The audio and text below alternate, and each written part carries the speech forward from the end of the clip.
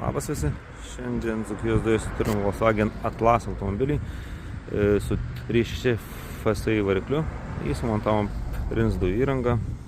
Štai čia Prins elektroninis reduktorius, dujų filtras, dujų purštuvo keikinai, viskas patikimai, tvarkingai sumontuota, rėmelis tvarkingas, gražus.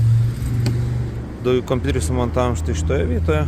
Aišku, projektą buvo kaip ant saugiklinės gal būtų galima dėti, bet mes stengiamės ant saugiklinės niekada nieko nedėti, kad būtų patogu daryti reikalą esant. Štai taip sumontuota viskas. Užkūrus automobilį.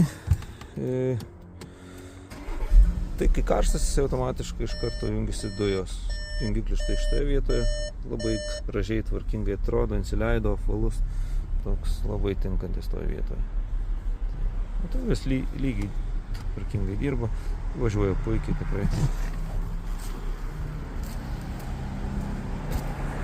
Dujų balionas jame sumontuotas 78 litrų.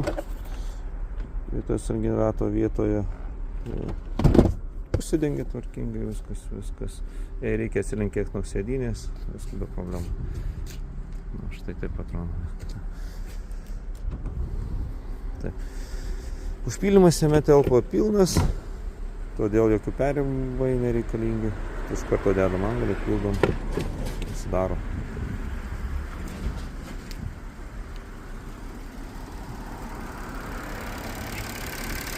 Štai vaizdas po patalpą. Tikrai nepriekaištingai sumontuota. Ir dirba nepriekaištingai.